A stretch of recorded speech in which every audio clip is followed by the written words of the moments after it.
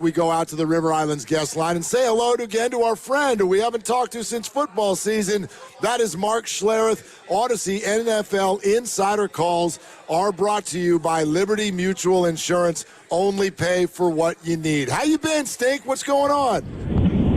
Nothing, man. I've been great. How are you guys doing? We're doing fantastic, man. What's your entry point to this whole thing tonight? Like, what do you think is going to define round one of the draft? What are some standout moments you're looking for tonight?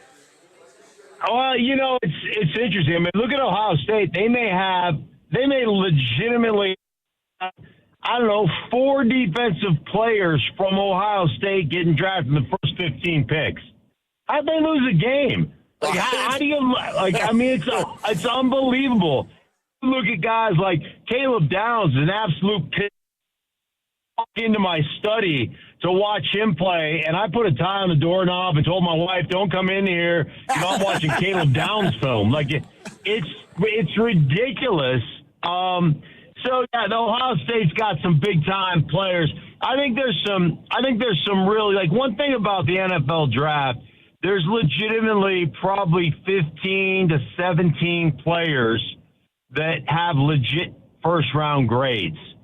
And then after that, you're kind of a second-rounder. So it's really interesting to me. Will teams try to move up in the top 15 and package some draft picks together? I don't think you're going to have a lot of success moving down late in the draft. You know, sometimes people will parlay a couple of second-rounders for the 32nd overall or the 30th overall pick.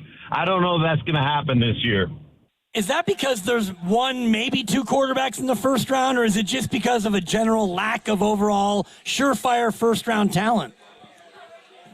I think a lot of it has to do with quarterbacks. I think what you see in the NFL draft is a lot of quarterbacks that get shoved up like a couple of years ago where, you know, 6 guys are up there, but 3 of them have legitimate first-round grades, and the others don't, you know? So I think that's something you see on occasion.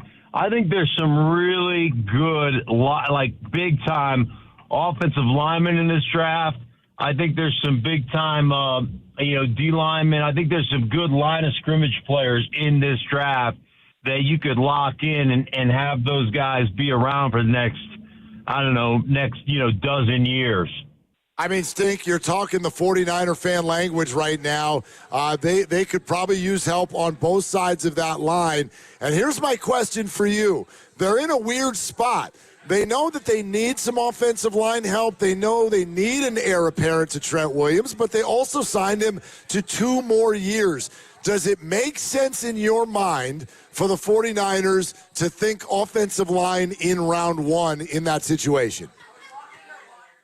Yeah, absolutely. I mean, I think you look at that and you say, man, what a great opportunity for us to not only get a guy that's going to play for a while, but has the versatility and then eventually can replace a Trent Williams. Not that you ever replace that guy because he is a absolute freak show. But you know what I'm saying? You can groove a guy. Remember, back in the day, and I'm going to take you guys back a while because this guy I played with, God rest his soul, because he's one of the great dudes and one of the great players in this league for a long time.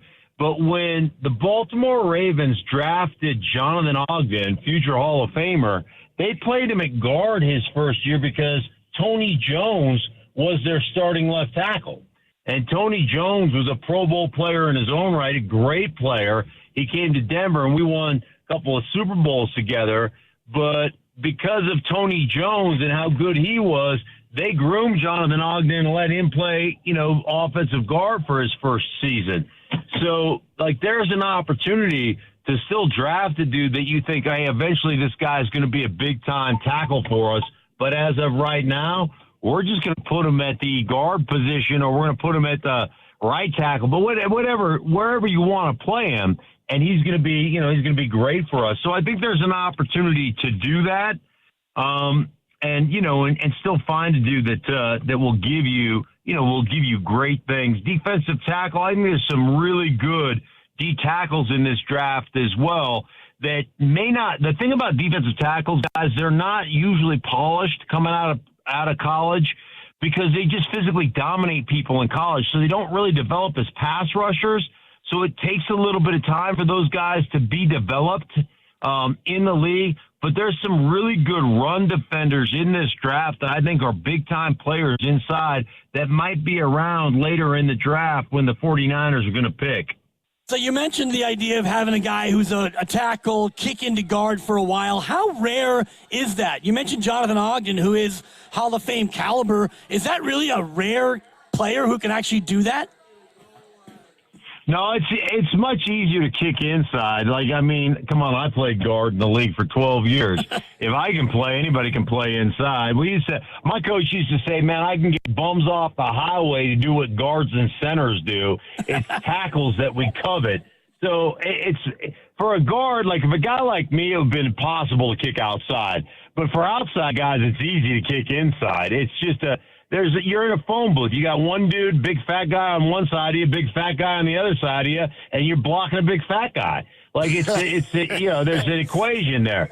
A big fat plus B big fat equals C big fat. I think it's algebra, if I remember correctly. That's some fat algebra right there. I like that. That. Mark Schlereth, Stink, is with us here, Willard and Dibbs on 95.7 The Game. Stink, I wonder if you can take all of us, the 99.99% of the world that will never be drafted into a job, what it's like to sit there on a day like today and not know what city you're going to live in by the time you go to sleep. Yeah, I think there's just so much excitement, and it's like it doesn't matter where you go. For the most part, every guy's had this lifelong dream of making it in the National Football League, and so when your name is called, the place doesn't matter. Like when I was being drafted, the first thing is the first round. Like during the first round, I was playing dunk hoops with my buddies up at the SED house because I knew that wasn't from an oft injured guy from the University of Idaho who actually retired as a junior in college. I knew the first round wasn't in the cards for me. So ultimately, like I said, I was playing dunk hoops. But as the rounds went on, the Bengals called me every round, and their offensive line, he was an offensive line guru, a legend in the National Football League by the name of Jim McNally. And he called me every round, starting the second round. I'm standing on the table for you. I want you to be a Bengal. And so I really thought that that's where I was going to go. And he finally called me every round. And every round came and went, and he was just pissed off. And he finally called me back in the 10th round, and he'd already called me in the 9th round. And he calls me in the 10th round and goes, I finally got the clearance. I'm going to draft you this round. And so my phone rang, and I thought it was Jim McNally of the Bengals, and it was the Washington Redskins. And the rest is history. Went on and got trained by the Hogs and became a starter my rookie year about halfway through it and kind of never looked back. So, every draft story is different, and I think every guy pretty much has a dream of playing in the National Football League, so you don't really care about where you go. Yeah. It's just that opportunity to play.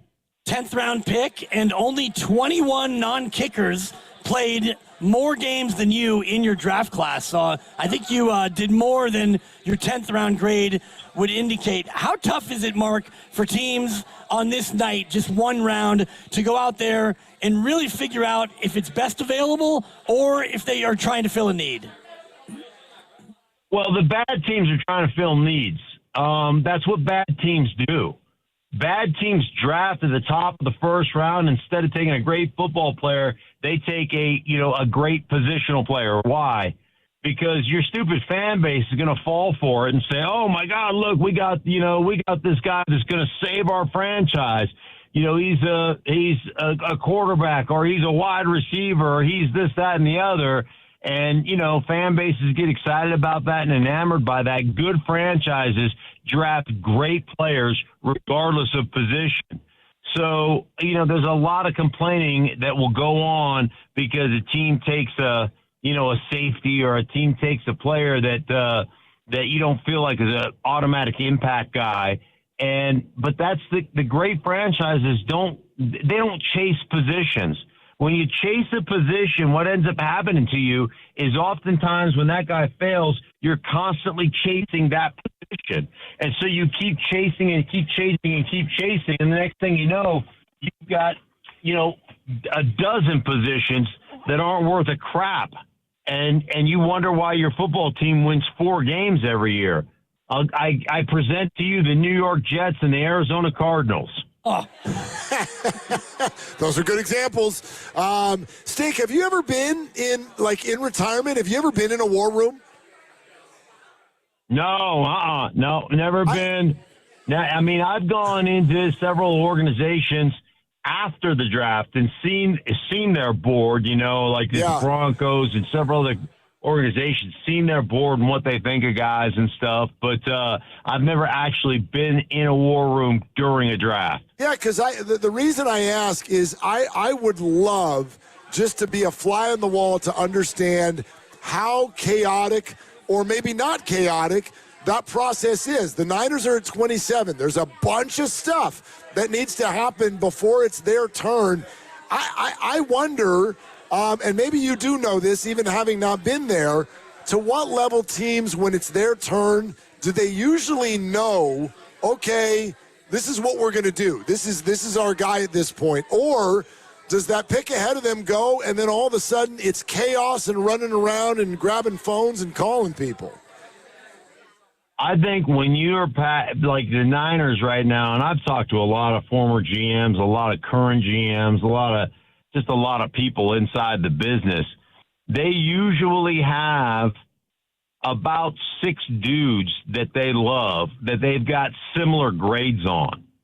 And so when one goes off the board, they pull their focus to the other 5 and, and the other 4. I mean, we talked to George Payton, the Broncos GM, said right now they've got pick 62 and they got 6 guys they're looking at, that they would be really happy with any one of those 6 guys if they fall to them at that spot. Now, maybe you say, maybe a dude slips down to you. Maybe they really like Eli Stowers, the tight end from Vanderbilt, and they say, man, all of a sudden they think he's getting drafted at 48 or 50, and all of a sudden they get to pick 47, he's still on the board, or 51, he's still on the board, and the Broncos are picking at 62, and they say, hey, man, let's roll up to 53, package our 62nd pick and our 4th round pick, and roll up there and grab that guy. We didn't think he'd be one of our guys, but he's right there for the taking, and we only have to give up a 4th rounder to move up that far to get him.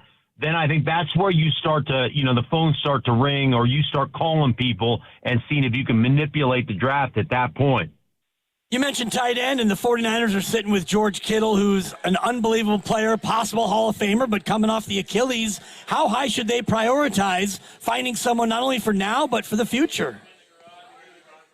Yeah, I love the thought process. Then it becomes one of those situations where I think there's one dude at the tight end position who's a legitimate big time player that has duality. Like there are either Y tight ends in this draft, like blocking tight ends and the line of scrimmage type of guys, or there are Fs, guys that aren't really interested in blocking, they're just interested in running routes.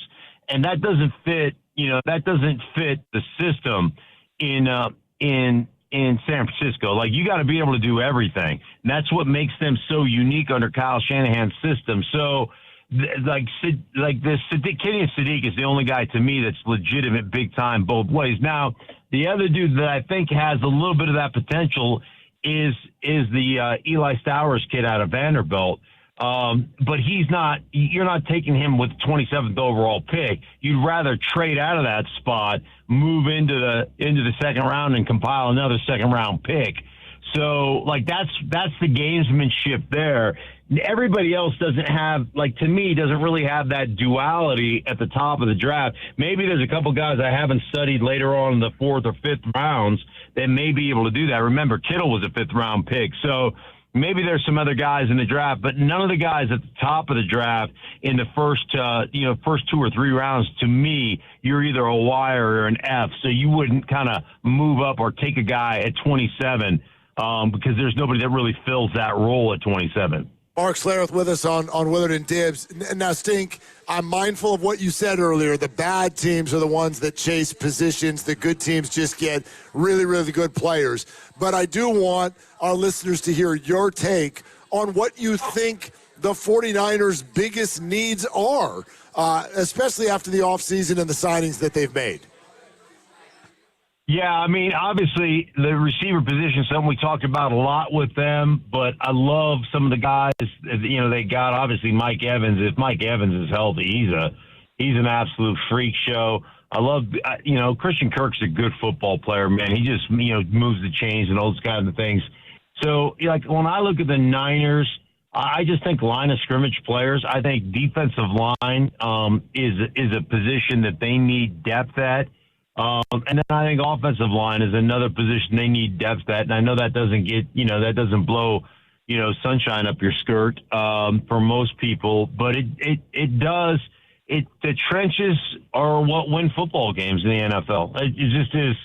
I mean, you can tell me all about quarterbacks, and I understand how the value is and how the importance of that is. And, I think wide receiver becomes the most overvalued position in football. And I think there's some good ones in this draft, but I think if you control the line of scrimmage on both sides of the line of scrimmage in the National Football League, you win 80-85% of your games, regardless of who's playing quarterback for you. So, that's my feel. And I look at defensive line, rotation of defensive line, especially with the Nick Bosa injuries over the last couple of years. That would be a position that I think the 49ers would address.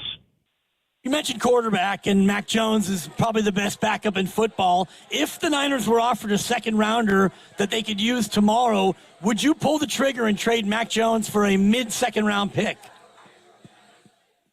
Yeah, that is a great question. I mean, obviously with the injury history of Purdy, that I would have to be, there are two things. It would be twofold. Could I trade him and get a player I covet? So let's say you're trading it for 40 and you think, you really love the Eli Stowers kid I was talking about. Then, yeah, I think that would be a move I would make. But it'd have to be, the upper part of the second round for me to get rid of Mac Jones. Mark, because you have such a long history of loving diva wide receivers, I'm not letting you out of here without asking you about Brandon Aiyuk, especially because the rumored desire for him to end up with one of your old teams, the team that drafted you in Washington. How do you see this situation? How should it play out? Well, I mean, obviously he's a talented guy. I mean, you would just have to question, his mental capacity. How dumb are you? And so, I mean, I don't one thing you don't make up when you sit out a year, you don't play, you just don't make that money back. And I don't I wish I could sell him. I wish I could buy him for what he's worth and sell him for what he thinks he's worth, because it'd be the first good investment I made over the course of my life. That would be the first time. Every house I bought, I purchased it at the high point and sold it at the low point. And so that would be the first time I would ever actually make money on the transaction.